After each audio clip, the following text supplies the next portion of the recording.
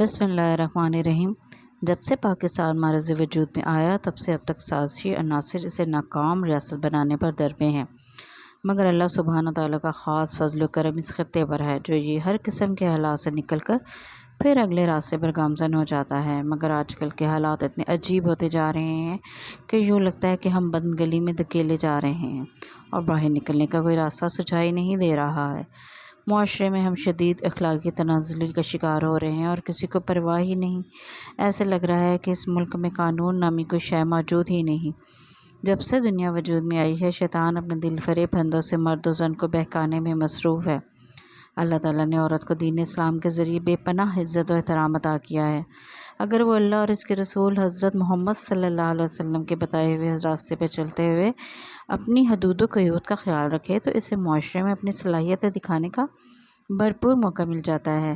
ہمارا دین اسلام تنگ نظر نہیں، نہ ہی ہمارے معاشرے میں اتنی پابندیاں ہیں، لیکن کیا کریں کہ دجالی فتنے بھی تو ایک مسلم حقیقت ہیں۔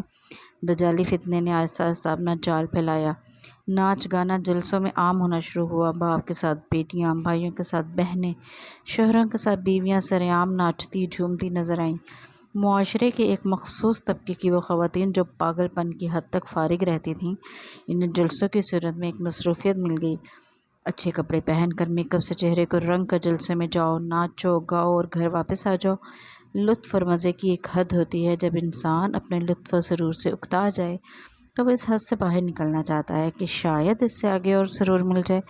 تحریک انصاف کے لاہور جلسے میں یہی کچھ ہوا، جب ایک بزرگ کے ساتھ ناچتے ناچتے ایک خاتون عمران خان کی محبت میں بے قابو ہو گئی اور سڑک پر برہنہ ناچنے لگی۔ میں نے سوشل میڈیا پر کلر موزائیک کے ساتھ یہ ویڈیو دیکھی تو میری آنکھیں بھر آئیں کہ کیا ہم اتنے گر گئے ہیں۔ ابھی تو عمران خان کے جلسے سے بچے کے منہ سے نکلوائے گئے الفاظ کا دکھ کم نہیں ہوا تھا کہ ایک اور اذیت دینے والا واقعہ سامنے آ گیا۔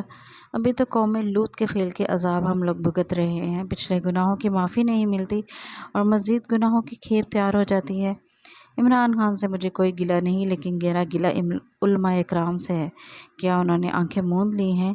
ان کا حساب تو اللہ کے آگے ہم سے زیادہ سخت ہوگا، کیونکہ یہ صاحب علم ہیں۔ میں نے ابھی تک کوئی احتجاج کیوں نہیں دیکھا؟ میرا گلہ حکومت وقت سے ہے کہ کیا معاشرے میں یہ گند پھیلانے کی اجازت قانون میں موجود ہے؟ اگر نہیں ہے تو اس پر کوئی ایکشن کیوں نہیں لیا گیا؟ کہاں ہے صحافی، کہاں ہے ناصح؟ کوئی اس پر احتجاج کرتا ہے یا سب عمران خان کی حقیقی آزادی کے حق میں ہے؟ کہ ایسی جہالت آزادی ہو سکتی ہے؟ کالج کے دور میں ایک کتاب موت کا منظر پڑھی، اس میں ایک واقعہ پڑھا کہ قیامت کے قریب ایک ایسا دور آئے گا کہ ایک مرد سر راہ عورت سے زنا کا قبیح فعل کرے گا اور سامنے سے آتا کوئی شخص اسے دیکھ کر کہے گا تم اسے دیوار کے پیچھے ہی چھپا لیتے، اور اس شخص کا ایمان صحابہ رضی اللہ عنہ کے برابر ہوگا۔ میں اس روایت کے درست ہونے کے بارے میں وثوق سے کچھ نہیں کہہ سکتی، لیکن جب بھی کوئی واقعہ ایسا رونما ہوتا ہے مجھے یہ بات یاد آ جاتی ہے کہ ہم قیامت کے قریب پہنچ چکے ہیں۔ قرآن کہتا ہے کہ ہدایت و گمراہی الگ الگ ہو چکے ہیں، اور واقعی سب جانتے ہیں کہ گناہ کیا ہے اور ثواب کیا ہے، لیکن کیا اس کا مطلب یہ ہے کہ جس کا دل چاہے جو چاہے وہ سرعام کرتا پھرے؟ یہ ملک اسلامی جمہوریہ پاکستان ہے، اسے اسلام کے نام پر حاصل کیا گیا۔